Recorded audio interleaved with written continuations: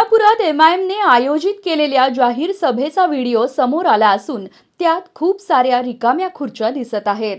पक्षाच्या इतिहासात फारुख शाब्दी उपस्थित असताना एमआयएमच्या सभेत नेहमीच प्रचंड गर्दी पाहायला मिळायची। मात्र शाब्दींच्या पक्ष सोडल्यामुळे आजच्या सभेत उपस्थितांचे प्रमाण खूपच कमी दिसून येत आहे। स्थानिक कार्यकर्त्यांमध्येही या सभेची उत्सुकता कमी झाल्याचे जाणवत आहे। यामुळे सोलापुरातील एमआयएमची स्थिरता आणि लोकप्रियता कमी झाल्याचे स्पष्ट होत आहे। राजकीय विश्लेषकांच्या मते शाब्दी हे पक्षासाठी एक मुख्य आकर्षण ठरले होते आणि त्यांच्या अनुपस्थितीत पक्षाला स्थानिक स्तरावर आव्हानांचा सामना करावा लागत आहे। व्हिडिओत रिकाम्या खुर्च्यांवरून आता सोलापुरात नवीन चर्चांना ऊत आला आहे। तुम्हाला याबाबत काय वाटतं? आम्हाला कमेंटच्या माध्यमातून नक्की कळवा।